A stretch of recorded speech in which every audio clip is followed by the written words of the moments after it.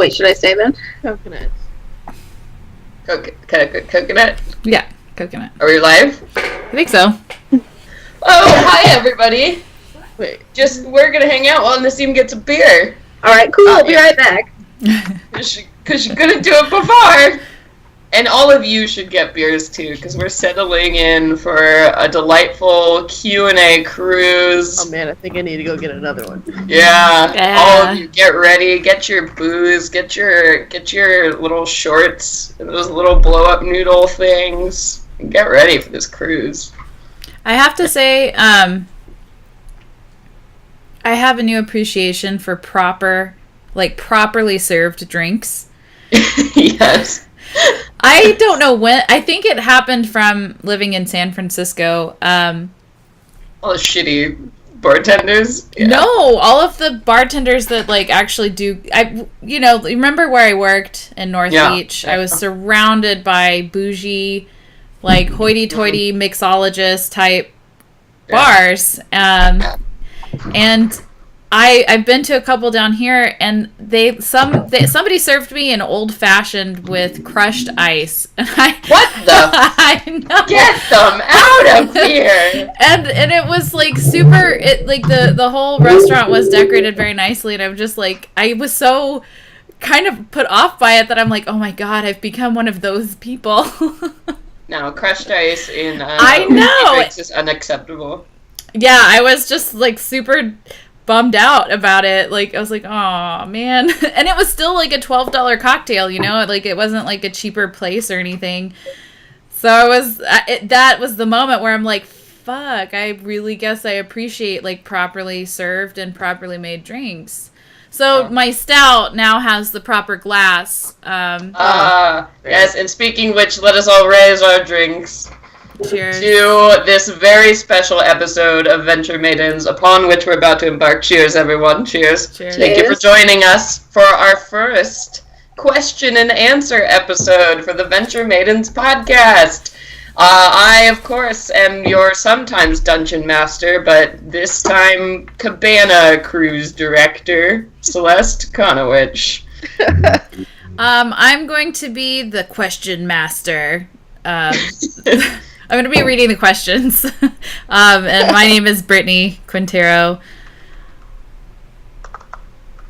And I'm going to be answering some of those questions. Yeah. And I'm Nassim Etamad.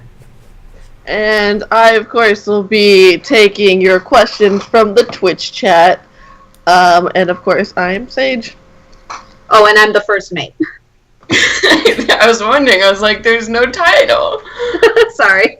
I'm your glass lens cleaner, Celeste. Very important job. I'm your first swabby. I'm the guy who gets you a daiquiri.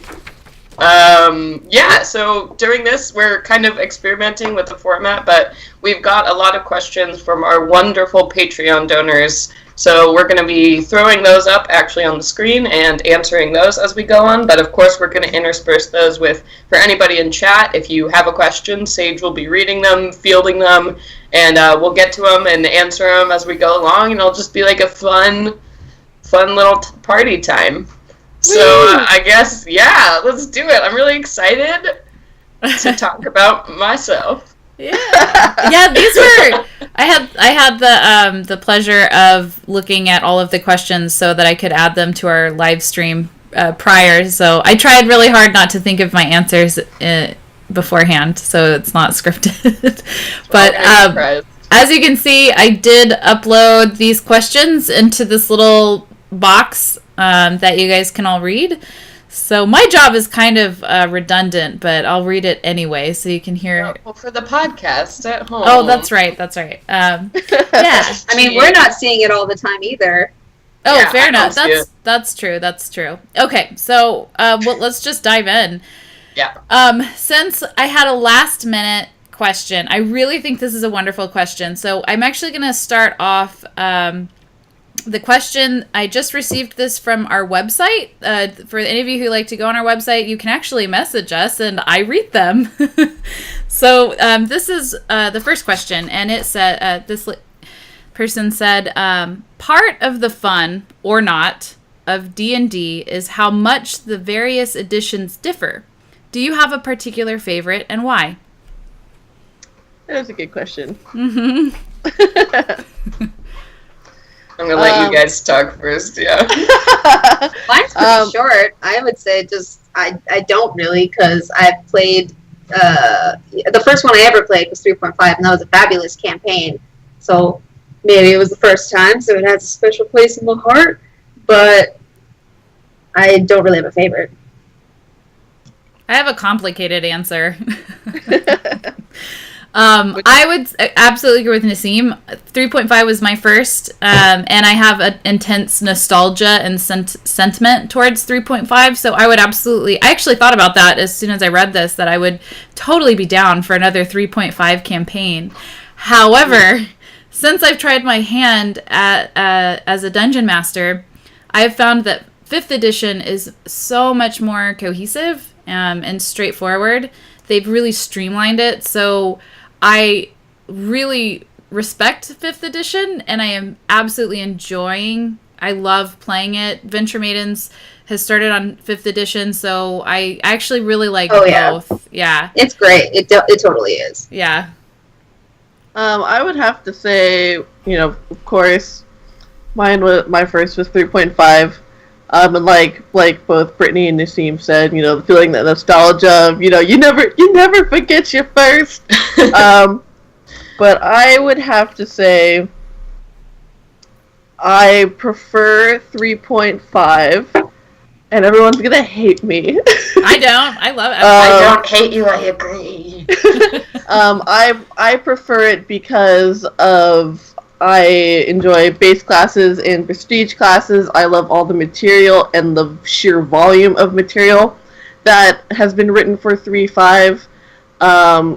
I really felt like that system as a whole, because it had so many different options and paths, that it really kind of broke the kind of traditional party rules in a neat and interesting way, while still being, for the most part, balanced, but there were some fuck-ups.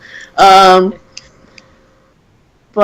I do enjoy playing 5th Ed, because it makes it really easy to get new players into playing D&D, and I think 5th Ed is like a really great introduction for people who want to learn how to roleplay and not, do all that crazy amount of work that went into like making your character, and and that was there for 3.5. But as a whole, my brain goes for that 3.5 min-max to the max.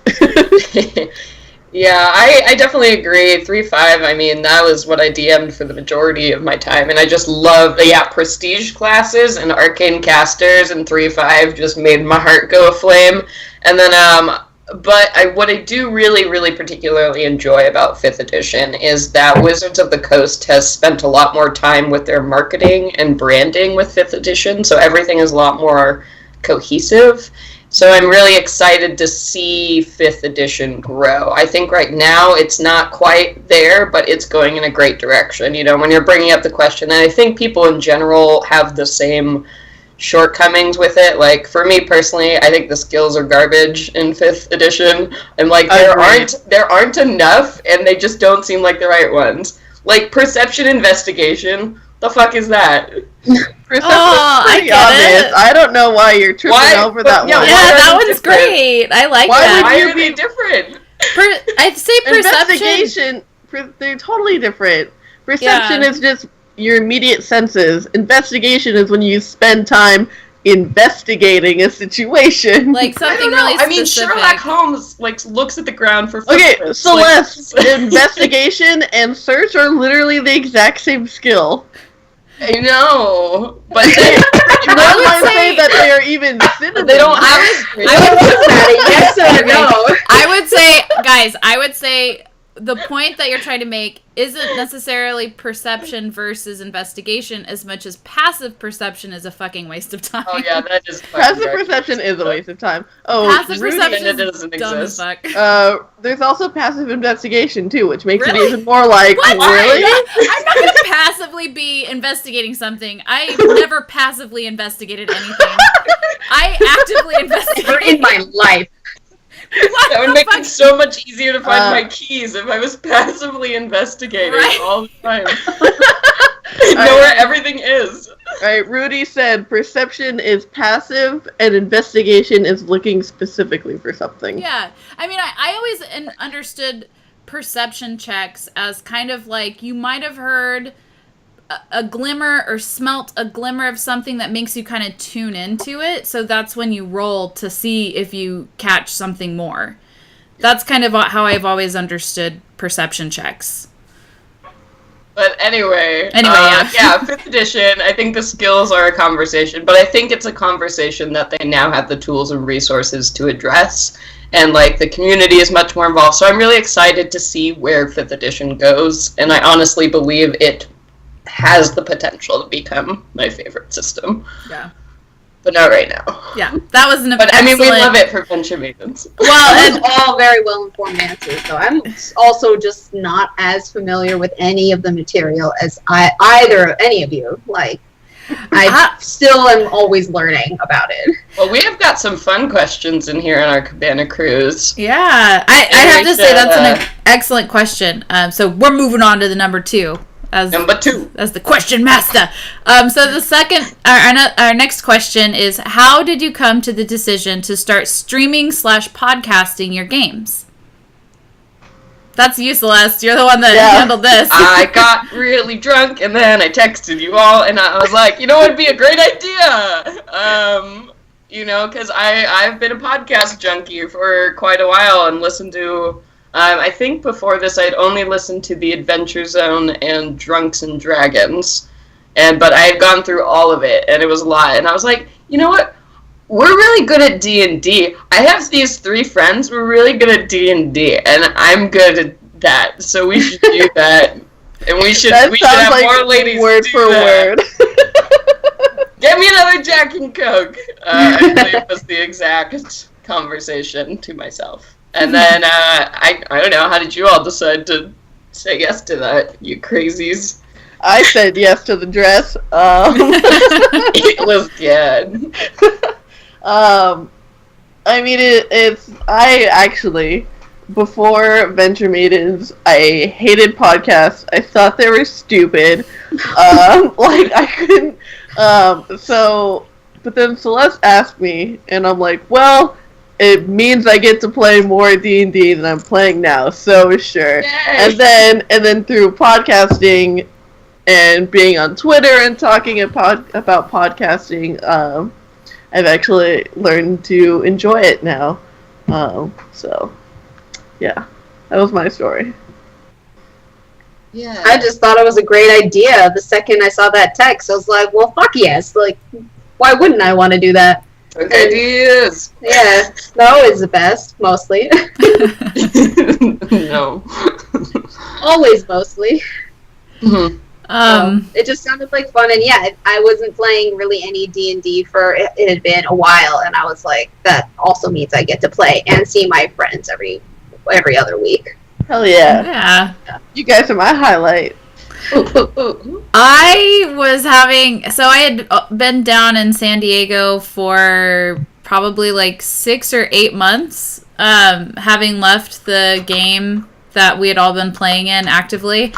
And I definitely had some intense like D&D withdrawals, if you can call them that, and to the point where I was making like artsy flyers, like looking for D&D group. I was gonna post them in. Yeah. Do you remember when I sent that to you guys? I was like, "Hey, what do you think? Is this?" Oh, and then like I had tried running my own games a couple times because like getting a group together is fine, but finding a DM is the hardest bit. So that's what forced me into DMing.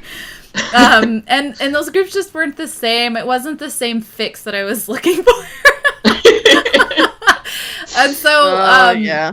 I had been listening to literally like 3 podcasts. I didn't like them at first, but I found 3 that I really liked. The first and only 3 podcasts that I had been listening to prior to our Venture Maidens was Lore, The Adventure Zone, and Welcome to Night Vale.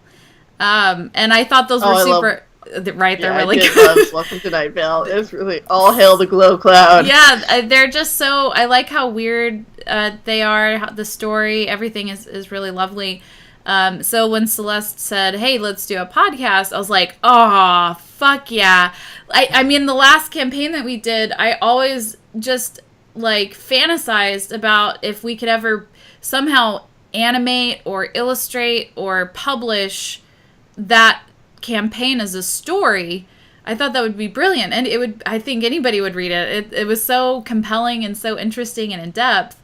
Our characters were super interesting, so the idea of that coming to life in the form of a podcast sounded amazing. So that it was awesome. It still is. And what was crazy is we had no idea about microphones or how to live stream, and we went through so much painful shit to get to where we are today, you guys. God, I cannot express to you how hard this was. We're still it's Dude, still I hard. wouldn't be surprised if in a couple years there's like a podcasting major in like university. I wouldn't be surprised at all. Have we cheers yet to our anniversary? That's now really yes, We're in a year, guys. We're Yeah. in a year. Cheers! Cheers! Venture away! Venture away. Since we Just keep started on venturing. crazy shit. All right. So next What's question. question 3? Next question. What class have each of you wanted to play for some time but not had the chance to yet? Ooh. A rogue. I don't think I've ever played a rogue. I think you'd be a good rogue. Nassim, you'd be such a good rogue. Also, thank you. So charismatic. You'd be like Aladdin and shit. Oh my god, why doesn't Saye cross-class into rogue? That would be tight. Then people could actually open fucking traps. Or like Well, boxes. I have a thieves tool kit. But you're not proficient in it. Doesn't mean I can't use it. You could become homies with Aaron. Yeah, maybe he can teach us some skill. You got skills? Oh, girl, he got skills. Does he, though? We've kind of established. Oh, you don't even know. Really? Because we've kind of thought he's probably also a virgin. Yeah, I think that's what's going on. Yeah, I think that is. Anyway. Yeah, he's not very smooth himself. Mm-mm. Ooh, the class that I haven't been in a while, that I haven't been yet in 5th ed, is Cleric. And Cleric is my favorite base class in 3.5. And I haven't played it yet because I'm kind of afraid that I'll be disappointed because it wasn't as good as 3.5. You won't. But Cleric is one of the best in 5th ed, in my opinion. The best written class, the most like balanced, that you get a ton of cool shit. Yeah. So I'm holding on to it one day soon. Yeah, I really want to play a Warlock. I haven't played a Warlock yet. So I'm just, watching Brittany's gross spells and being like, I want to do that. I want to whisper to mean things in the dark. It sounds amazing. I want to be the fairy Warlock. Oh, the Arch Fae. Yeah, the patron. Yeah, that would be fun. It'd be sick as hell. Yeah. Have like Titania be my fucking. You can be my summer queen any day and my patron. But the Unseelie Court, the Winter Queen is actually super fucking interesting. I read all about her in the Sword Coast Adventures Guide. What's her name in this one? I don't remember, but she's like invisible. She doesn't like have Morgana or something. She doesn't have a physical form, which is pretty interesting. Yeah, I was like, what? This is tight. My answer is that it's actually, I kind of took a plunge with the Warlock class whenever I made up my character for Venture Maidens. That was one that I'd been kind of interested in.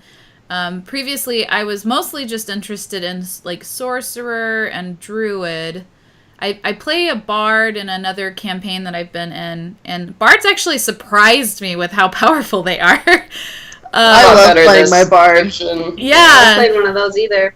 Their bards are super skillful. And so I've actually Warlock so far has been my absolute favorite class that I've wanted to explore more. of. So I'd have to say Warlock, but I kind of am forcing myself to be curious about classes that I have no interest in. I don't really have an interest in fighters, barbarian, cleric, paladin. I don't know why. I like, because those, they have spells. Like, there's some spells. There's even spells for Rogue, the Arcane Trickster. They're fun to play. Yeah, I played Ranger. I thought that was really interesting. I like snipey stuff. So for me, it's not so much that I've wanted to play certain classes because Warlock was it. It's more that I'm like, I need to be a more well-rounded D&D player. So I try some of these. I finally, like, because I played in my first, like, Adventure League game the other day because I wanted to, like, understand how sanctioned rules went, and sometimes I like to go to game stores and pretend I've never played D&D. I don't know why, it's like a kink of mine, I have no idea. And then, so I played a fighter for the first time, and I loved it. You're a pool shark, aren't you? You're a fucking pool shark. I didn't know what I'm doing. Oh, did I roll a natural 20? I want to bet $20 on this game. You're just hustling them? No, I like just, I don't know why. I don't, like, really push it, but... So let's double life. Yeah, my double life, my secret agent life. Like, yeah, I love fighters, because in 3.5, my favorite thing to do is, like, make tricked-out fighter rogue combos. Oh, man, so good. Yeah. Awesome. All day. Yeah. So without having played a fighter, I feel like that class is very well written in 5th edition. I like it with all the, like, the feats, and I really, like, want them to have more archetypes available, because it feels pretty clear to me that for fighters, there's really only one archetype that makes any sense. It's the one where you get all the maneuvers. Yeah. Is that the Battle Master one? I think the other two are, like... That's what Kara's going to when we get to 8th level. Yas. To do maneuvers all day. So, you guys feel like we have sufficiently answered that question? Oh, yeah. All right. Next question. If you had to define your player and or DMing style in one word, what would it be? Remember, one word. Who wants to go first? Sum up our playing style in one word. Teaser. Yeah. Oi, oi. Yeah, that's hard. I can sum up my DM style in one word. What's yours? That's lazy.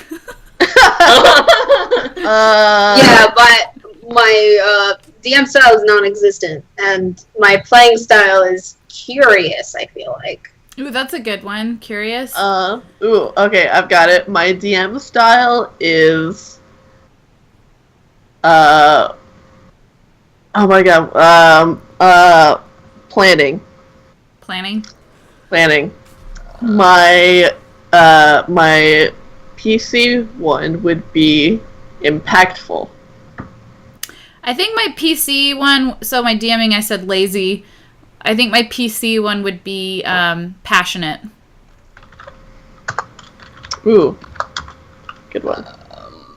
Okay, I think my... Oh, no. I think my PC style would be support. And then my DM style... can we go with chaotic? Yeah, I think that would be appropriate. I was like chaotic or enigmatic. Yeah. One word. One word. Okay, chaotic. We did it. I did it. Chaotic neutral. Sorry, I'm really... My favorite alignment. Yeah, bitches. Okay, I was explaining to somebody on Twitter, did you see that, Sage? When somebody's like, okay, so what I've learned from Venture Maidens is that if you're ever mind-controlled or your will's not your own, don't meet Kara or you'll fucking die. I was like, chaotic neutral, bitches. Oh, yeah, they're referencing, what was his name, Ian? That was sad. I was really bummed out about that. I'm still sad about Ian.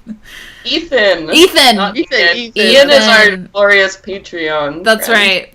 Yes. The Knight of our Hearts. Okay, so the next question. Everybody ready? Ready.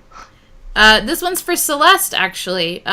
Celeste, what are your favorite mythological pantheons, worlds, or historical eras from which you draw your themes, monsters, etc. for your narratives? Love this shit. I am a hardcore Egyptophile. So everything about ancient Egypt is great. So a lot of my concept for gods comes from a lot of that mythology. Though I also am really into H.P. Lovecraft. So I really like doing that kind of dark doom and gloom that he always sets up in his lore and his weird pseudo-alien-esque horror creatures. Yeah, gothic horror is just amazing. And then I guess I pull a lot from Greek mythology, specifically for this game. I mean, it's come up like the Sisters of Sorrow, obviously, you know, like the Three Fates, and then the whole Elysium Keep, the Elysium Fields. So I'm pulling a lot from Greek for this game. I guess I've done it in a lot of other games, too. But then, of course, and then I also, I have a huge collection of, like, old AD&D books. And so I'll, sometimes if I ever need inspiration, I'll just read through all that old material that isn't published or in vogue now and draw a huge amount of inspiration from Dungeons & Dragons ancient lore to use now. So I guess that's yeah, it's kind of my flavor. I don't know, are you guys tired of me doing Greek references or not yet? No, not at all. I mean, Greek's never been my thing, but I appreciate it. My little subtle jokes where I'm putting in there, I'm like, oh. I actually, before you used the Sisters of Sorrow in our thing, I used the Three Fates for one of my campaigns, as I used them as night hags, actually. Nice. And so when you said their names, I was like, girl, you just ripped that right off of the Fates. Like I do. I have done some previous research. But I'm surprised nobody's said anything about it. I would love it if more people who are into Egyptian and Greek mythology did some like metagaming comments. I would love to see that. Like, yeah, where's our metagame forum? Yeah, come on, y'all. Like, I we need to put it on Reddit. I feel like we need to pay more Reddit would be Reddit. Yeah, I want to know, where do people think the story's going? Where do they see it? Yeah, please. I kind of want to know. Ooh, that's a good question for all of our audience members. Yeah. Like Q&A goes both ways, guys. It might inspire some action. Speaking of which, Ian had a question for you, Nassim. Mm. It was, Nassim, now that you're a demigod of the Venture Maidens campaign, what are your plans? What are my plans? I'm the queen of the goddamn seas, oceans, and tides. Yes. Dude, that's so tight. Your first plan should be getting me off of the fucking beach that I'm stranded on. True. I'll probably do that. I'll feel connected to the water, and the ocean will speak with me like Moana. Oh, yes! We'll be best That's friends. your new Dude. name. That's your title. the grandmother in that movie when she's dancing with the stingrays. Oh my god. It made me cry. It made me cry too. I love her so much. I saw a woman today that pretty much looked like that. Anyway. Did I answer? What was the question? What's your plans now that you're a goddess of the sea? Oh, those are my plans. Rescuing Arnidel. You didn't say anything. I think I did. Either way, Okay. She feels real boss, and she's ready to kick some ass. That's pretty tight. More than ever. All right, next question. Let's see. Maidens, this is for us. What would your character be doing if they were not in the adventuring biz? That's a good question. Oh my god, what would Kara be doing? Yeah, Kara would have probably opened up her own tavern. Yeah, owned a bar. Yeah. No, she's too crazy to be tied down to one place. She would start a new clan of day walking druids and just keep rolling being nomadic and rolling the countryside like a hippie commune on the go. Right on. I guess something like that for Saya, actually. Like, she would either, as an excuse to leave the monastery, like, suggest building new, almost like, what are they called? Like, branches in other towns and villages of the monastery to recruit more people, but also learn from the different towns she goes to. I think Arnadel would... Around. Oh, sorry. I didn't mean to cut That was you it, off. sorry. No, that was it. I think Arnadel would probably be working with her headmaster, Albin Kelvin? Or I can't remember. Albin Kelvin. Calvin. Kelvin. We'll just go with Kelvin. Albin? Albane or something. I don't remember. It's like some long name. So Kelvin, the archmage of Blackstaff Tower and Water's Deep. Yeah, she would probably be working with him. Whatever, maybe his like personal. Y'all stop it. Oh, I'm sorry. We're beeping you. Yeah, do it through text message because the live stream's picking it up. I have me. that Skype tone muted. I don't know how to mute it, but now's not the time. Oh, I know. Sorry. Yeah, basically all I'm saying is Arnadel would probably be working hand in hand with Kelvin, if not owning her own alchemy store. Be like master librarian by now. Yeah, I think her pursuit of knowledge is too strong to be tied down by being a business owner. Yeah. I mean, the adventuring spirit is pretty antithetical to, like, owning a business. Yeah. Yeah. I don't know if it's her adventure. I don't think she has an adventuring spirit as much as, like, her intense curiosity to learn more about things. That sounds like an adventuring spirit to me. All right. Touche. Okay, so next question. Sorry, Britt. These folks just texted me and said they have a offer for me, and I'm like, this is really the wrong time. Oh no, that's great though. They're like, can you talk right now? I'm like, no. Super duper can't. No worries. That's super awesome though. Congratulations. My fingers and toes are crossed that this is good tidings. Yes. Yeah. All right. Next question is, this is a good one. Oh my god. Okay, outside sorry. I love that you can't see this. No, it's just you gleefully laughing. I'm reading it. Ha ha ha. So, outside of dragons, what do you think is the iconic D&D monster? Oh, that's easy. Beholder. Yeah, I was gonna say that too. Hands down. Yeah, Beholder. Beholders. Even though I've never fought one, and I probably never will. I want it's a the beholder. Monster. I want to fight a beholder or run a beholder so bad. They are so cool. Please don't get any ideas. They terrify me. Every time I read about beholders in the monster manual, I'm just like, oh god, you're so vain. Yeah, they're evil fuckers. Yeah, they're terrible. You can't reason with them. I could never role play to be like smart enough to talk to a beholder. I don't have that in my real life. Okay, I have this campaign idea that I'm just going to give people for free, because I don't have any time. So I really want this, like, civilization that's set up where, like, a beholder is in charge, right? And everybody thinks this beholder is, like, a sickly king or something, but he has, like, puppets who perform, like, being the king and queen who work for him. And then, like, the adventurers work for the beholder and are constantly, like, set out on quests, and he's kind of, like, this centerpiece of this kingdom. And, like, it goes on for a long time, and then you find out he's a beholder, and the adventurers have to, like, decide what to do. It's like a moral choice. I really want to run that, but I can't, so. Somebody go out there and make your beholder your monarch. That's pretty tight. It works so well. Nassim, what do you think is a good one? Well, unfortunately, I don't know that many monsters. I've never DM'd a game, so I've never looked them up for myself, and haven't bought that book because these books are expensive. What about the coolest monster you've ever fought? That I've ever fought, yeah, I was gonna say, actually, a Medusa.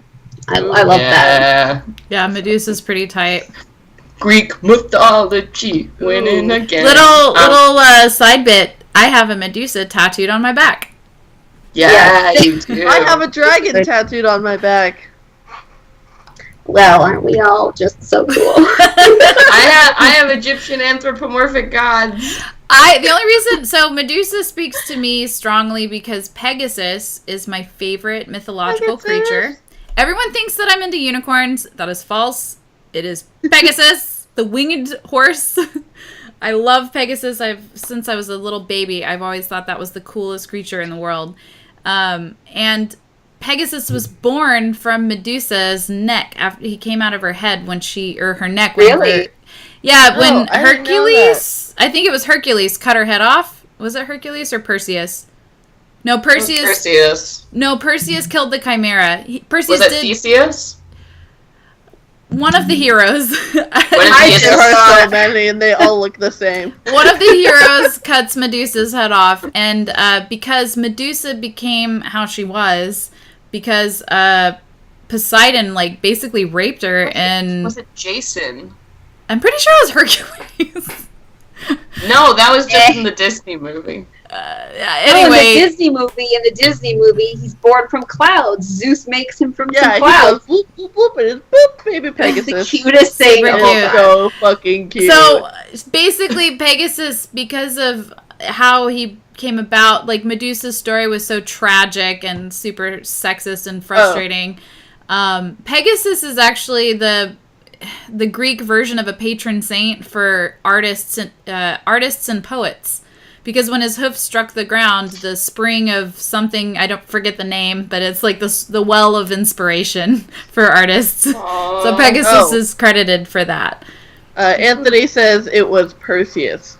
I thought Perseus killed the Chimera riding Pegasus. Perseus killed a few things. All right. Theseus was the Minotaur then. Yeah. No, that was... Okay, never mind. Anyway, my answer... wait. My answer to this question was goblins. As an iconic Dungeons & Dragons character. Everybody has fought a goblin at some point. They're in so many adventures. They're such a part of, the little shitty goblin. Everybody knows exactly what a goblin looks like, wherever you go. Or kobolds. Yeah. Kobolds are, a little newer, because they change. Dragons. Oh, kobolds' art changes every, edition, but everybody knows what a goblin looks like. Fuck goblins, man. But they're totally an iconic D&D monster. Okay, so Ian posted another question. This one is for Celeste. The pools of memory are an awesome example to get PCs coming up with or relating backstory on the spot. What other great examples of PC backstory building in game? Okay, so this is something I really like to do in my games. I have this happen a lot with this trope. I don't know, all of you have played with me before. Do you guys remember any time I made your characters, had one of these moments? I know I'm really fond of having dream sequences, too, is a really cool thing. Or, something I've done a couple times in campaigns is had people split the party and then just run one-on-one games. Well, that was one of my favorites. I loved that. That was such a glorious... Oh my god, that was so amazing. Yeah. Sorry, that one-on-one... The one-shots. It was a one-shot for each of your characters. That was amazing. Yeah, it was awesome. Yeah, you and Paul played a dryad or a nymph or something. Yeah, and Paul was... What was Paul? He was a dryad. There was a satyr, a dryad, and I was a pixie named... Yes. Yeah, so I had everybody go on their individual one-shot adventures from the party, so I took time, out of our normal schedule, and we all had one-on-one games, and then for this one section for Brittany's, I had the rest of the party, they wanted to, be there, so I had them all run, little, level 1 NPCs that, helped out. That was fun. Very fun. It was super... I got a familiar... Or was she a familiar? She was a beast. I had basically another animal companion that was a unicorn. Yeah, it wasn't an animal companion. They weren't beholden to you. They were just hanging out with you. That's cool. When you got your unicorn. Bree. Yeah. It's the only part you could pronounce. Yeah, it was super sassy and awesome. I was like, Bree, you're, awesome. And Bree's like, yeah, I know. Fucking unicorn. Like, yeah, it's been a long time since I've held someone who wasn't a virgin on my back. But I think I'll be fine. Yeah, Lanadel was no fucking virgin. Not at all. Lanadel got some on the reg. Got married in game once. Didn't he die, We had an in-game wedding. Yeah, he died. Sam died.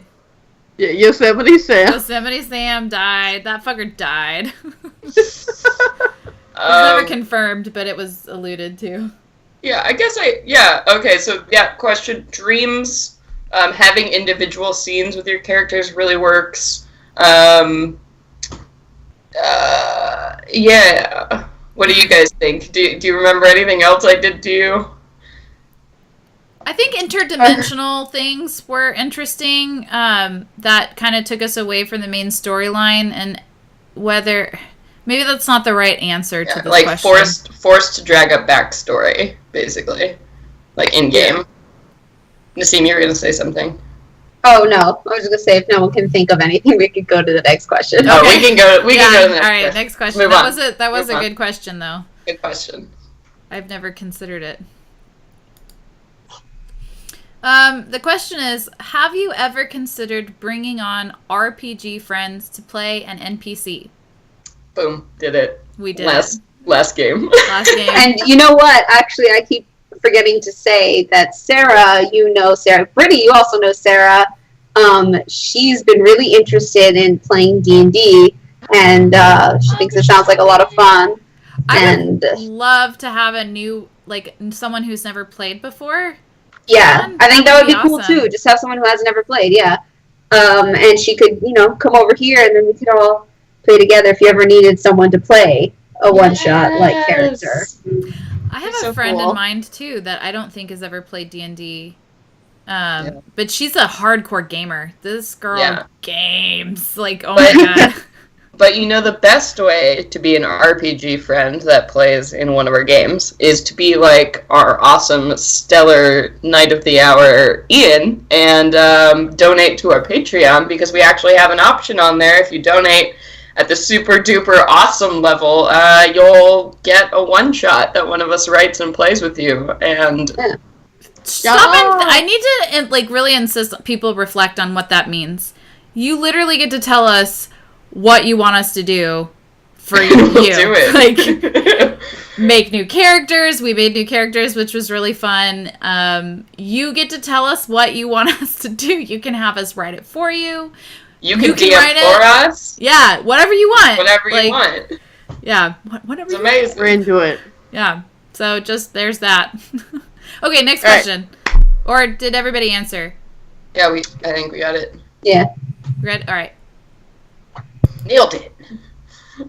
So this is lovely. This person swore, and I love it because I love swearing. So this question is, how the hell did you stay so amazingly in character when playing? Oh man, the voice really helps. It's as soon as I got the Kara voice on, and I don't even think about what I say. Things just fly out of my mouth. That's how I decided to make the thing where every time she tells a joke or she understands the punchline of a joke, she has to be like, I get it, because she did that once, and I'm like, yep, that's her thing. Yeah, awesome. I think Kara's role-playing is is just, maybe I'm gonna get crushed for saying this, but I think Kara's role-playing is the most solid. Oh no, definitely. Excuse me.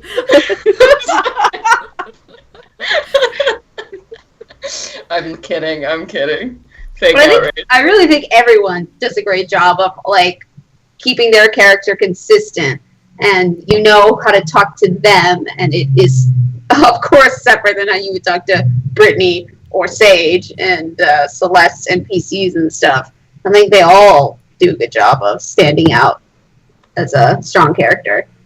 I think you do too, to include you in that list. I think you all are just wonderful role players, and I'm just continuously blessed by your conviction to your characters. You make it so easy for me to craft a story that's interesting to you guys because you are so invested in it, and that's really amazing. And I don't know how you guys do it, Because I do general fuckitude over here in my head and just, like, hope you go along. Yeah. I think Oh, go ahead. No. I actually didn't have a complete thought in my head, so please continue. Well, it's funny because we're kind of getting into that zone as we always do of just kind of like patting each other on the backs repeatedly. Oh. Yeah. But I was gonna say it's nice when like your DM is really good at putting in plot points that generate a real reaction in you. So it's easy to kind of figure out where your character is going from there. It's like, oh well, I know she would hate this or she would love this. So keeping things interesting helps keep your character interesting too. I think I'm continuously surprised when people say stuff like this, like, your role-playing is so on point. I am still figuring out, like, who Arnadel is. Like, so far, and I feel, like, terrible for admitting this. I wish I could say I had, like, this awesome grasp on my role-playing abilities. I am learning each single session that we do, like, how I, like, kind of, recalibrating how I want to role-play, and maybe because we all get along so well together, and we respond so easily to Celeste and what Celeste presents with us, that looks like really stellar role-playing. Fake it till we make it, ladies. Yeah, I don't know. I couldn't tell you what... I mean, so far, Arnadel has just truly been an extension of a more naive version of myself, which is really saying something considering that she's like 150 or 175 years old. And I'm still a baby in elf years. Yeah, you had your finger up, Nassim. Oh, I was just waiting till if she had finished her thought. That's basically it. I'm still trying to figure out how to roleplay Arnadel. Honestly. Yeah, and I was gonna say that I feel like that helps inform what your character does in a way. Mm-hmm. If you're sitting there wondering, like, I don't know what she would do in this situation, she probably doesn't either. So yeah, maybe that's it. Maybe it's that in these situations, I honestly don't think I could ever truly battle or kill something. I have no idea what it's like to cast magic. Arnadel does. I guess that's kind of where that's the entrance point, Yeah, I think that's a really interesting point, because I think one of the reasons y'all's characters are so successful is because they are so human. They have that element of, I don't know, I'm willing to learn as my character learns. I think a big mistake folks make when they have PCs in a long-term campaign is, like, choosing everything about their character immediately. And, like, these are the 5 things that are true of my character, and so every time I'm a dumb fighter who drinks ale. Like... Yeah. And then you end up in the trap of, I'm bored and I can't go out of here because suddenly everybody's like, why are you talking different? Or like something, That's not, I like I love imagining fantasy stuff like in real life. And I think that's why I'm like, well, if this were real, I would be growing from these experiences. Anyway. Yeah, for sure. Good question. Yeah, that was good. All right. Good question. Sage. It's like we're talking to a good question. Good question. Everybody's good? God, we're so good at this. We're so good at answering questions. All right, I'm going to move on to the next one. Everybody good? All right. Yeah. Next question is, what are each of your favorite characters/classes, that you have played over the years, and why? That's a good question. Wizards. I love wizards. I've always loved wizards. Wizards of every type. Valerius is a character I play in an active campaign outside of this game. So my haughty wizard, who is really into fashion, is one of my favorite characters. I just love wizards. I want to cast spells forever, and that's the best. End of that story. I would definitely have to say cleric. The third character I ever made, who really sticks out in my heart as, like, my truest and, like, character that I love the most. Her name was Genesee, and she was a badass cleric, and her prestige class was, like, the Oracle, so she had this amazing connection with the god Istis. And I think I love that character so much, and that character pulls so much from like my real life personality. And so like being a cleric of wanting to support your friends and your allies, and always trying to do the right and just thing. So that's why clerics have a very soft, special place in my heart. Right, you too. Brittany should go. So I really only played I haven't played a ton of classes. I've done Rogue, Ranger, Warlock, Druid, Sorcerer, and Bard. And as of right now, Warlock has been the absolute favorite class that I've played. I love the paradox that Warlocks are in, especially I always play a good character, if not neutral. Probably neutral good is my favorite alignment to play because it's easy for me to make those decisions. Considering that and how Warlocks get their power, they make a pact with an entity that's ultimately evil, unless you're a Fae pact, but like I think that is so interesting. Yeah, that's more chaotic, right? I think that's so interesting, and I love the more that I read about Warlocks and the more that I play one, they have these really cool characteristics that Eldritch Invocations are just mind-blowing. You don't have that many spells, but Totally. your cantrips are actually pretty beefy. So I think the way that I like to play, I like having some level of hands-on aspects, as well as being like really kind of supercharged with just a few spells. And so far Warlocks have been really addressing all of those things that I like about character building. But as far as my favorite character is always and forever going to be Lanadel, the elf druid from the first game that I ever played. And obviously because like I started out not knowing anything about how to play, and then ending up as a demigod, like because I had to leave. That made me cry. I actually cried in that that game, and it was just really lovely. So I think because of the powerful memories that I have playing that character, that one's gonna always be my favorite. And it's one of these days I would love to tell her story and just talk all about, like, collaborate with everybody from that campaign and make that something everyone else has access to, because it was really, really good. Yeah.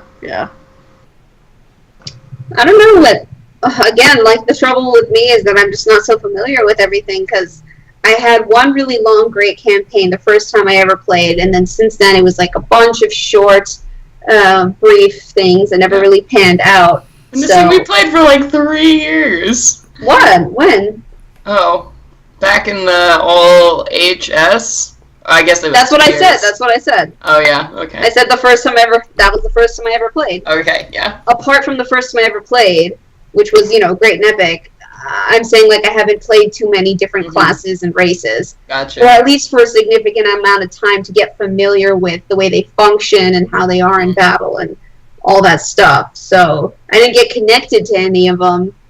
So that first time is obviously special and memorable, but I'm really enjoying being a monk now and playing Saya.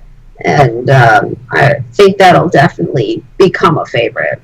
If this ever ends. It's my current. We're gonna do it until we're dead. We're gonna do it. And then I'll conjure you as liches, and then we'll do it forever. I'm learning a lot. Monk is one of those classes that I think, at least from my perspective, slips through the cracks a lot.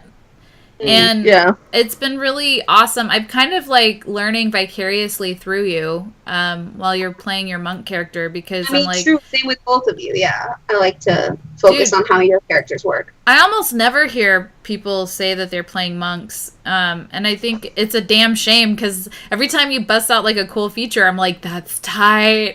They're bad. They really are. And so they're becoming a fast favorite, and it's the same thing that you said, because I like the hands-on aspect. But then there's this also really cool magical energy that they have. Yeah, it's been tight. Yeah, I'm loving Saya's character development. It's been really fun. All right, are we ready? Right back up. Are we ready to take a little hat break?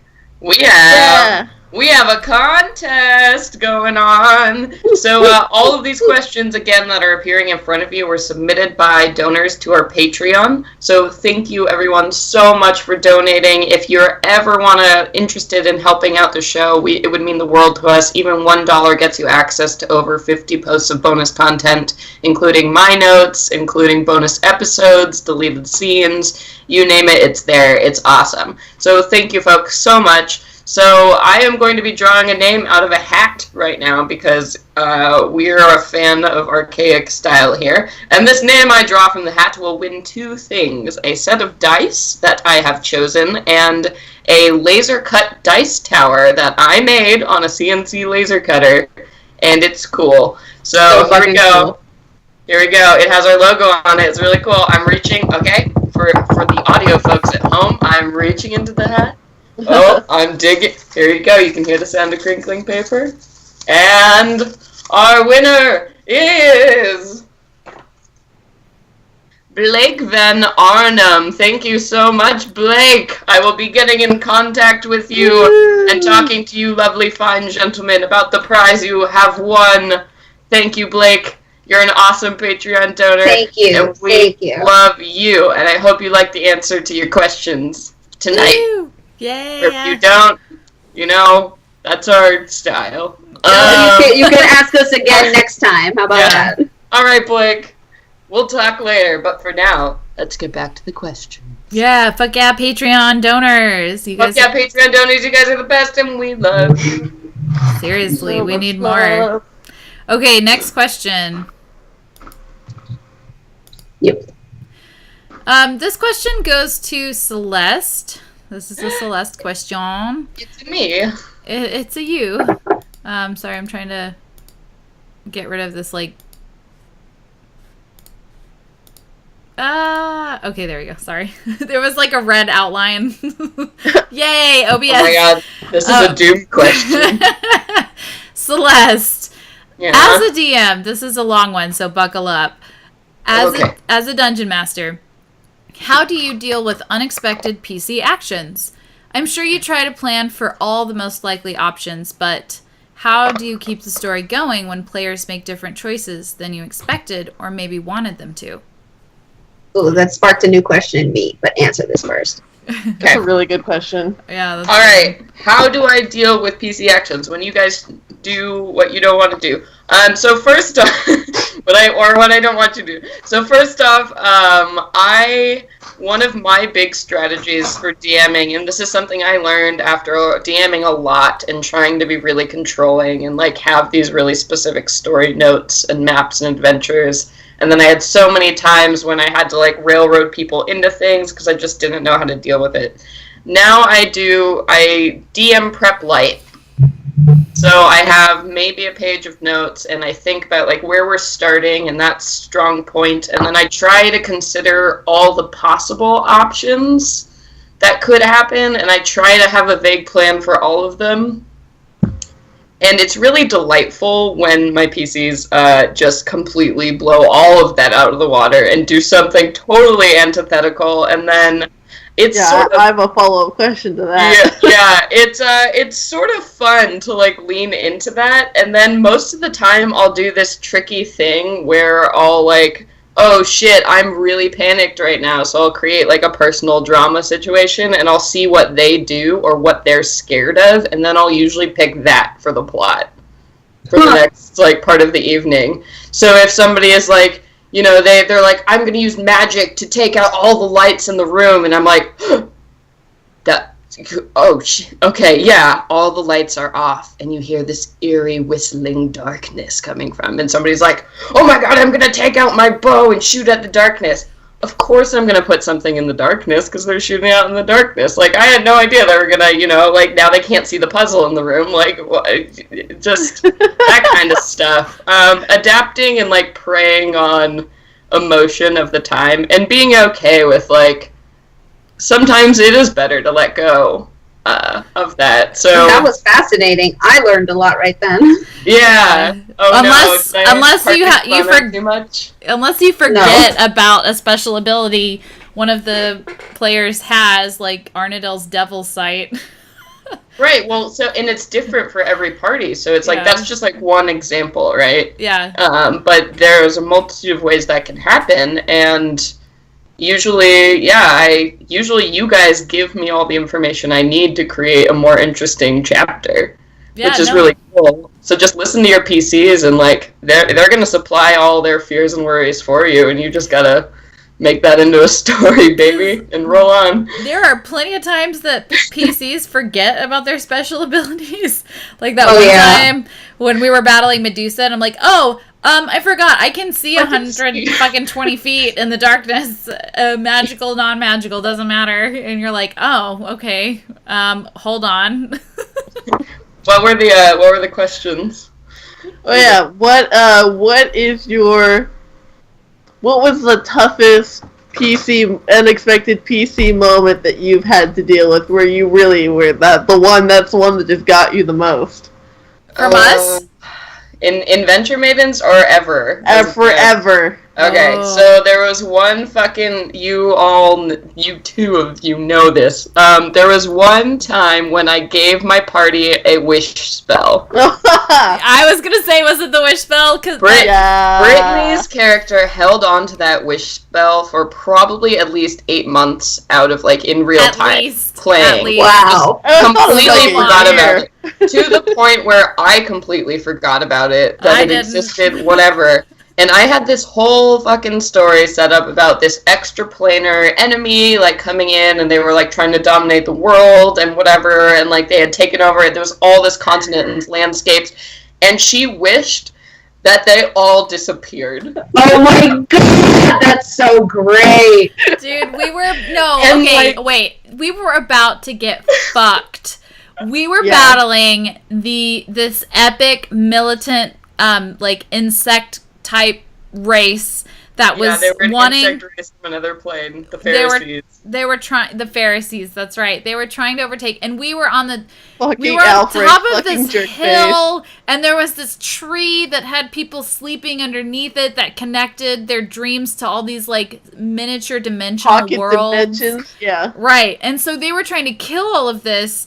They were going to take over all of it. Worlds were dying. Entire worlds being snuffed in, like, the moment that one of those bodies were taken out, and this battle was happening. So in this moment, my character was like, so many thousands of people are dying, and then we were, like, battling like crazy, and all of a sudden another wave of these Pharisee came, and the way that Celeste described it, there was no way we were gonna win this. We were going to have to run away with our tails between our legs. And that's when I decided to use the spell. Or the wish.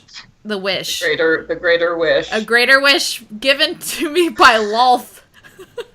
At, like, so early in the game. So, but the beauty of this is that we all worked together to write out.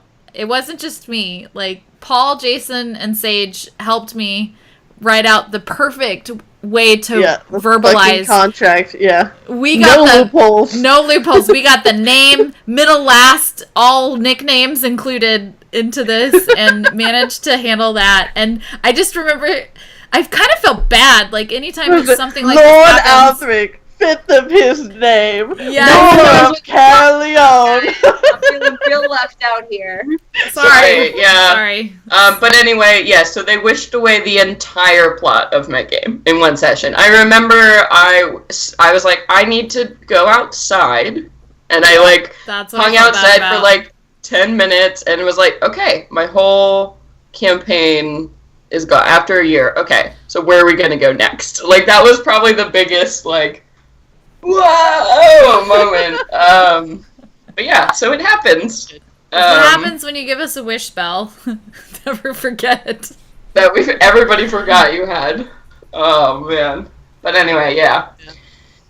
So that's how I deal with that. Next question. Maidens. How do you get into character / stay in character Do you fly by the seat of your pants, or do you take time to develop your character's backstory outside of game time?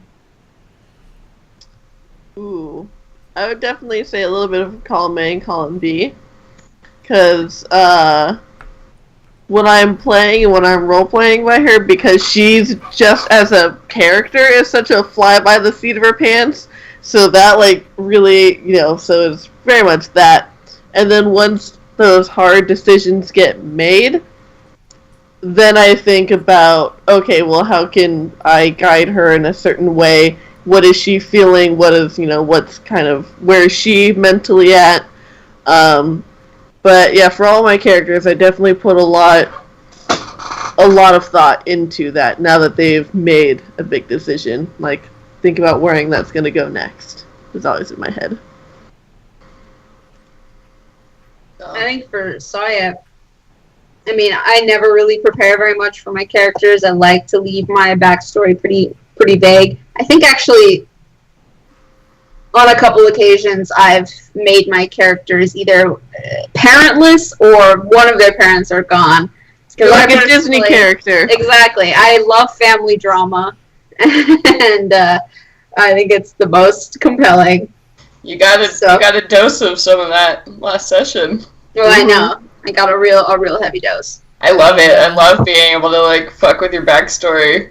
Yeah, and I think that's what makes it fun for me. I like my DM to surprise me. Well, Nassim, when I text you, I was like, are you okay with this as your mom's name? I was, like, looking up Farsi words, and I was like, this is the perfect thing. Like, how do I pronounce this, like, beforehand? Yeah. I love that. Yeah. So it gives them the freedom. It gives me freedom. I don't feel tied down to a lot of things. Yeah. What about you, Britt? I think same, a little column A, a little column B. Like I said earlier, there's a lot about Arnadel's, like, role-playing as Arnadel that I don't really know. I just kind of make up like the virgin thing that was made up on the fly when I realized how awkward my interactions with Aaron Shadewalker / Martin had been. I'm like, she's a fucking virgin. She has no idea what's going on. Totally. Same for me for Car when she's like, yep, I'm a lesbian. I'm just kind of like, yeah, sure. Yeah, totally. Yeah, like, whatever. Making stuff up. But if for any of our Patreon donors who have gotten on, Celeste has uploaded. I have spent actually a lot of time developing Arnadel's backstory.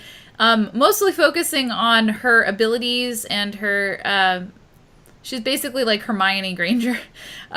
She is, her time in school and her relationship with Kelvin, and then her desire for, knowledge, basically. And then I always allude a little bit to her powers and how she, brushed with Dendar, the Night Serpent, and basically her warlock backstory. So I have spent a lot of time on that, but so yeah, that's basically my answer. Little column A, column B.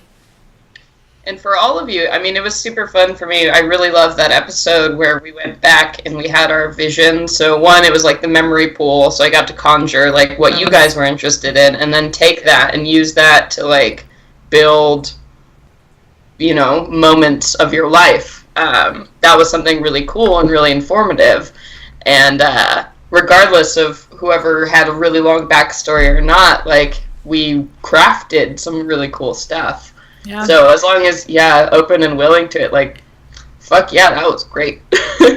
I think Nassim, I think we've actually talked about this before with you haven't put a lot of, maybe, now this sounds terrible, like, you haven't put the same amount of, like, time into your character's backstory intentionally, and how wonderfully that's played out with character development. Like, it leaves so much room open for you and the DM, as well as us, interacting with you, to learn about you all together. And I think like having less is more in some cases, for sure. And I think the reason I stick to that so much is because I think it keeps me from doing that thing that Celeste mentioned of, these are like the 5 attributes of my character and I'll stick to them all the time. Yeah. I think it prevents that from happening, even though it's fun to like reference back to them every once in a while, but no matter what, they're still going to change. People change. Yeah. So that's another part of what informs what my character does. And something I talked about before was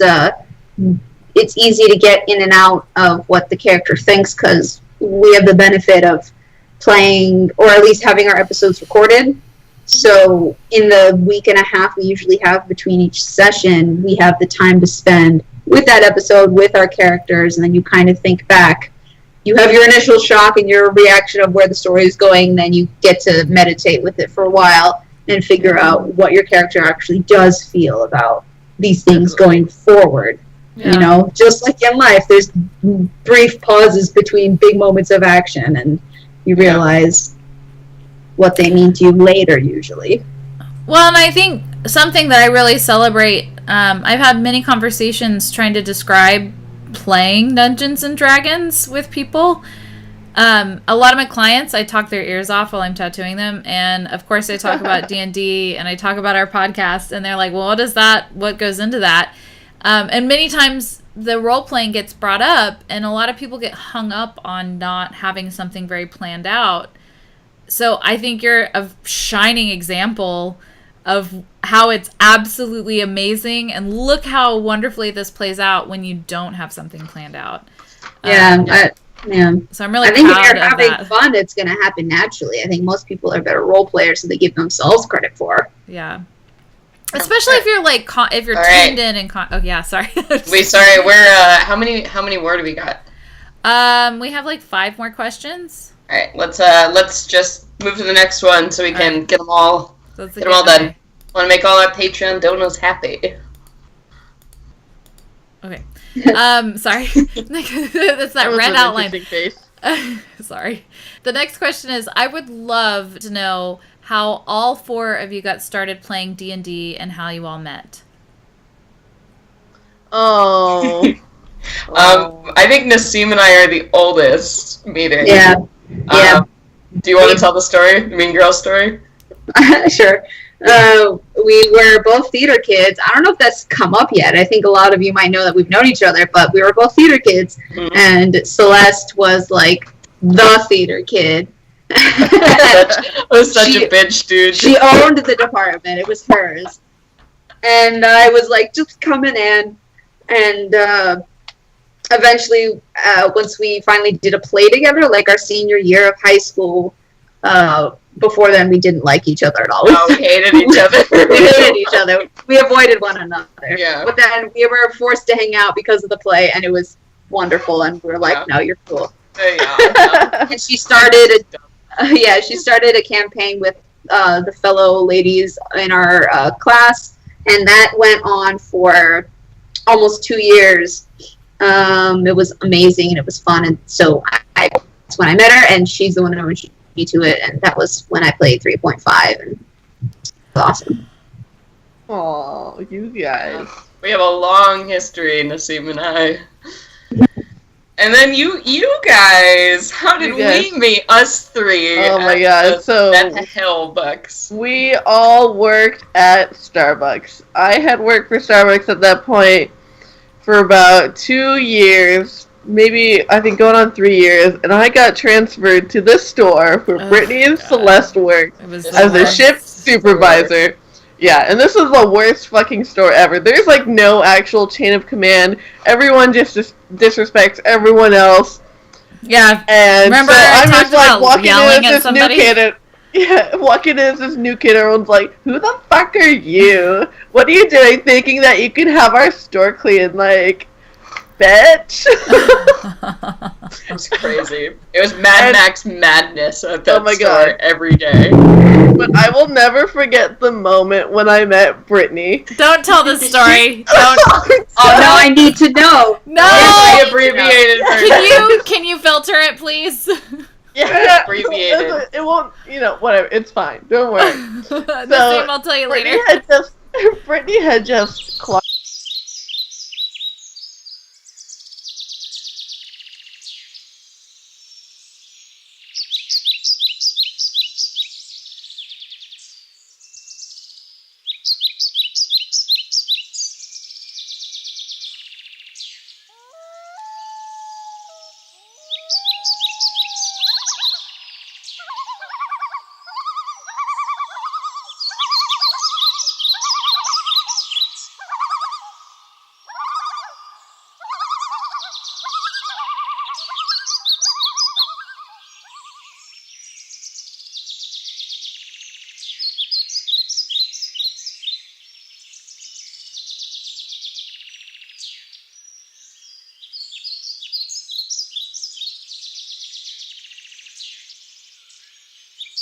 just leave it at, I had to Google something to make sure that I didn't just encounter, like, it was awful. It was awful, and you're making it so much worse just by referencing around. I mean, people are curious now. They're like, what the fuck? So I had to Google the topic, and I actually had just finished Googling the topic when I was sitting next to Sage, and it appalled me so deeply that I had to turn and share that with the closest living creature next to me, and I'm like, and that's how we became really good friends. And I think Brittany and I, Britt was going through a rough time, and we had just met, and we're like, hey, we should hang out. So I think we hung out like one time, and then a little bit later, I was like, dude, if you're going through something, like, come stay on my couch, man. And then you did for like a week, and so you lived at my house for a week, and that was like our crash course in friendship. And I just remember like eating lots of shitty pizza and watching My Little Pony, and that's how we became fast friends. Fucking chain smoking until, oh my god. Oh yeah. Oh my god. Oh, the days. The chain smoking. My Little Pony. I made them watch My Little Pony because I had just discovered how awesome the reboot of it was. The way that I met Nassim was actually through Celeste. Both Sage and Britt I met through Celeste. Well, I got to my very first. I always reference our first D&D game as the epic one that lasted 2 years with Celeste and Nassim. But actually, my very first D&D game was with Nassim, Celeste, and a few other people.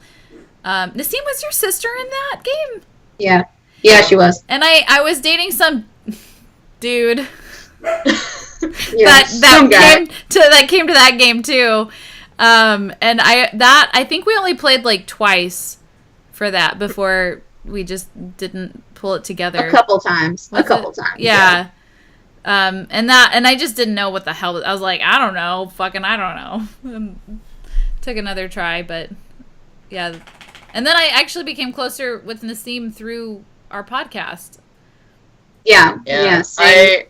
I dragged them all together to listen to me talk to them every week. That is it. I was like, who are the 3 women in the whole world that I want to listen to me all the time? It's you guys. Yeah, it's good. Nassim and I now go on zoo dates and hang out with each other. She's coming to stay with me tomorrow. I'm very jealous. Whatever. Sage and I can go on dates too. Sage, what do you want to do? You want to go to fucking Mama? Let's do it. We're gonna go wine and dining up in. We are in Sonoma. What? Wine country. Okay, next question. Yes. Oh God, I know. I'm getting drunker, so it's harder to. Yeah, but yeah. Next question. Next question. Next question is, what drew y'all together as a group? I think we just answered that. Oh, we did that. We did a 2-for-1, boo-boo. All right. And I think, obviously, we were all like, this will be a fun campaign. Yeah. We knew immediately. Oh, yeah. I think we're all super fly as a group, and I think we all have really good energy together. Well, yeah, I think yes. Yeah. So the next question is, how do you handle disputes at the table? Ooh. Silently. That's how we handle it. Silently. You will never know. Wow. Well, I mean, I remember the last time when we live streamed, and it's become this kind of funny thing between Kara and Arnadell because they're such polar opposites. Like, Arnadell's thinking, calculating, planning, and Kara's like, what the fuck ever? I'm gonna smash it. No, my favorite is when Sage is like, oh, I know how the mechanics work. I'm making a character choice. I was like, touche, motherfucker, touche. Because I really didn't want you to make that character choice, but that was also my character choice, so yeah, that was a really good one. Yeah, and I think, like the last time, is Kara gonna listen, or is she gonna keep on doing her thing? And I made a dice roll. And I feel like that could be a really fun way to have your character be spontaneous and to change and to maybe go for something that they wouldn't normally. Sometimes just leave it up to the dice. Yeah, and I think for our podcast specifically, because it is a podcast, we communicate a lot more than people would, like, just playing a normal D&D game. Because there are definitely nights, like, one of us is snippy or like mad or too drunk. Like, it happens almost every game, like, whatever. And then we always hang out for like No, me too, sometimes. I get last game, trapped. I was getting real sassy about that battle. I was like, no! But it's like, stop! But we always, make sure to take time after our streams to hang out and hug it out and check in about the game. So I think that's really helpful. And then through the week, we're always, talking to each other too. So just like having communication open and feeling like it's a safe space. And like we can honestly be like, hey, Celeste, like, I was super fucking confused by what the fuck was happening in that fight. And I'm like, oh yeah, that's a really good point. So, like, we made a map. Or, like, or being like, hey, man, you're being a dick during that combat. I'm like, yeah, I was totally being a dick during the combat. Like, ugh. It's really cool to have, like, an open dialogue. I think really helps with games. And when, at the end of the day, you're all still going to be friends, like... Yeah. Makes it easy, almost. Yeah, and even if we have something that we're complaining about, and we might not even realize it's not worth the time to complain, but we still feel comfortable saying it anyway because we know we're gonna listen to each other.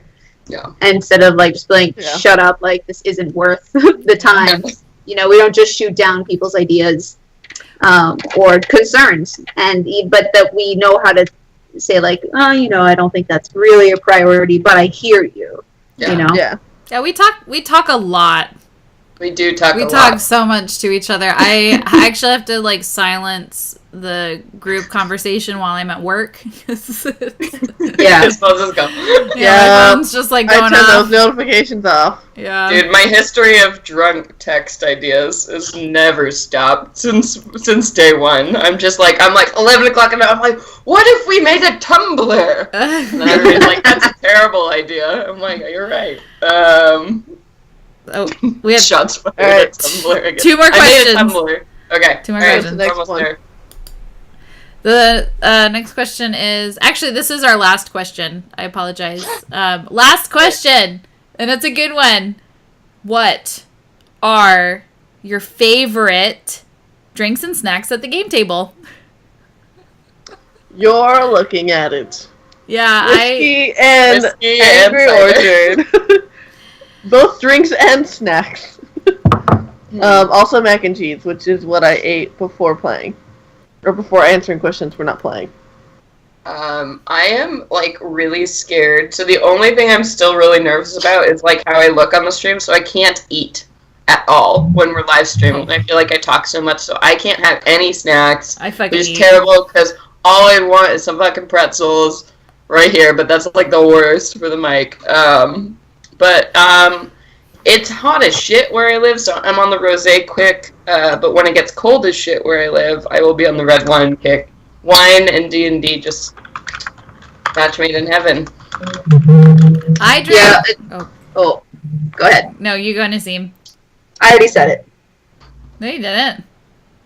Go. No, never mind. I was gonna say, but it's the same issue. I get too nervous about making annoying crunching sounds when we play and not being ready to talk. So I try to keep snacking either to just before we play or to a minimum, or have gum with me to at least curb my need to chew on something. But when we are just around a table and playing D&D, chips, pretzels, beer, I'm all about Ruffles. I will eat the shit out of Ruffles. Pretzels, hummus, shit. Oh, I'm such a fucking little Miss Piggy. I will. If anybody watches the videos like intently, I am eating a lot. I'll mute the mic and I'm eating my fucking face.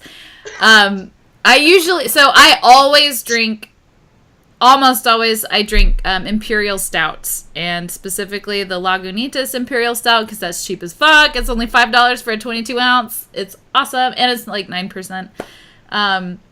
Occasionally I'll get like a Yeti, the Yeti Imperial. So I love stouts, basically, specifically Imperial Stouts. Occasionally I will drink white wine or red wine.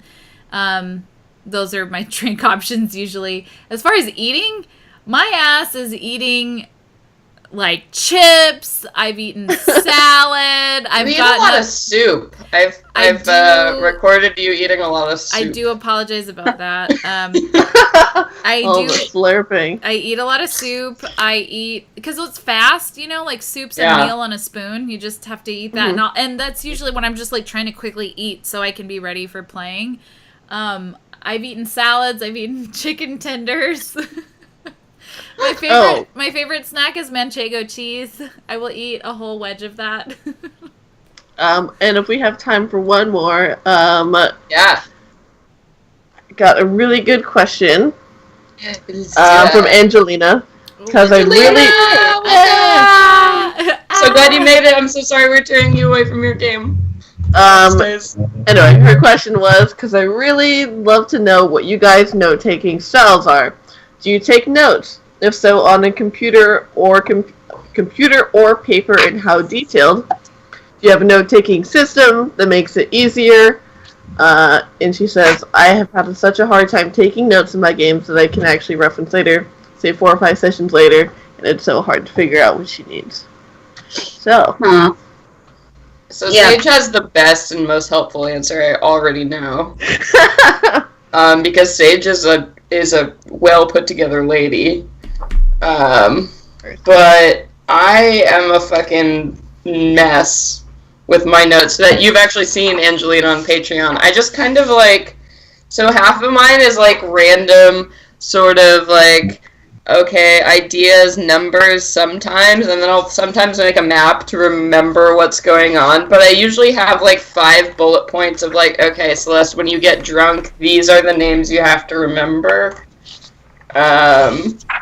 So my note-taking is really fucking sporadic, especially for DMing. PCing, it's a little bit easier, because during combat I'll get bored and I'll take notes.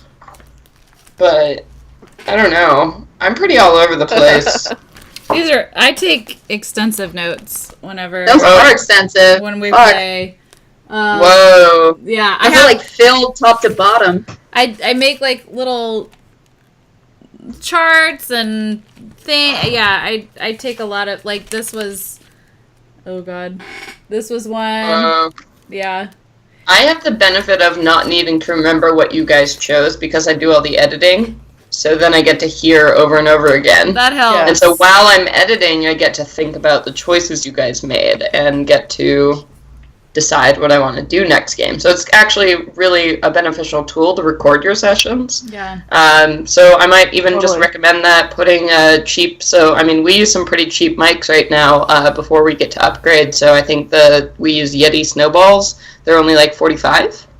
I think, on Amazon, and they have surround sound if you just want to drop one in the middle of the table.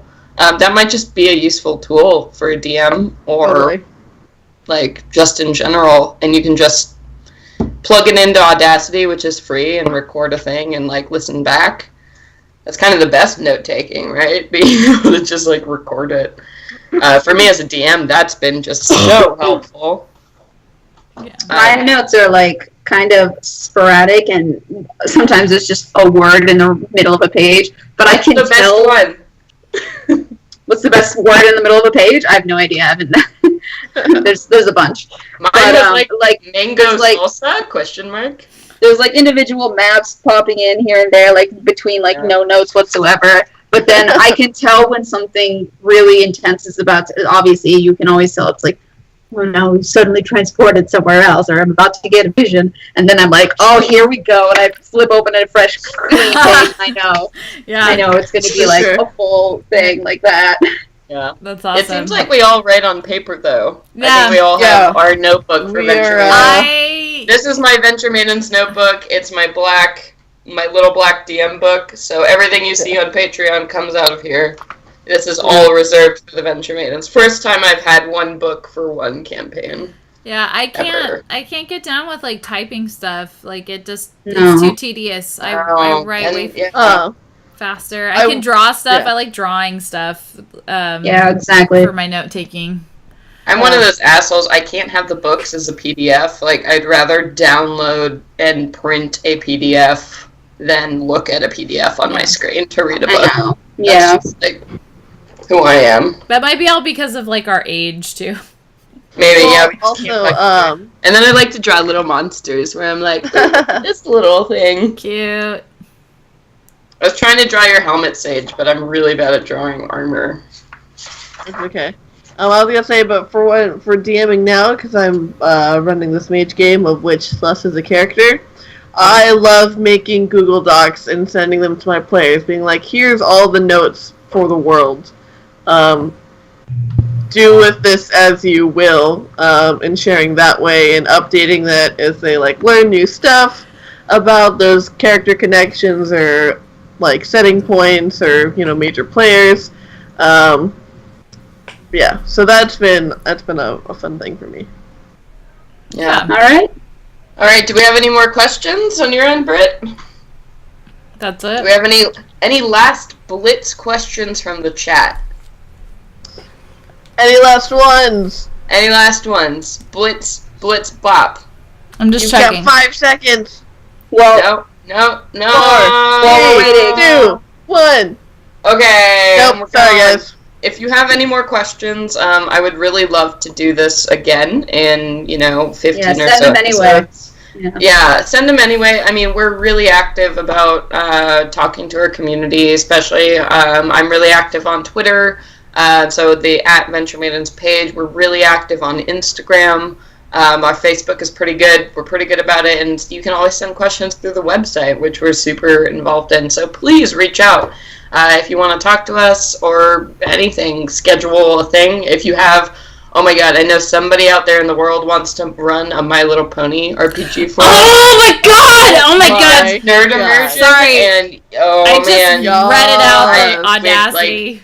we want to play games with you. That's just what we're about and what we love. So thank you everyone so much for tuning into this. Again, thank you so much to our wonderful Patreon donors who made this possible. Your donations every month really mean the world to the difference between shit horrible audio and like us crying in the dead of night to actually being able to make this a consistent thing that we do and a part of our lives. So thank you. You all are heroes and the best. And you know what, Blake? Congratulations for winning. I'll be in contact with you.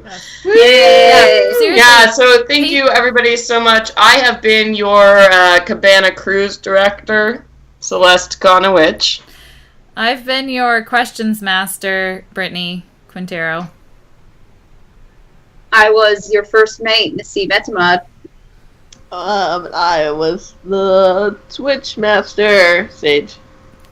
Alright, everyone, thank you so much. And you know what?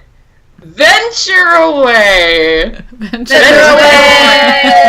away to the land of pineapple margaritas and stuff. It's a real good land. And the devil.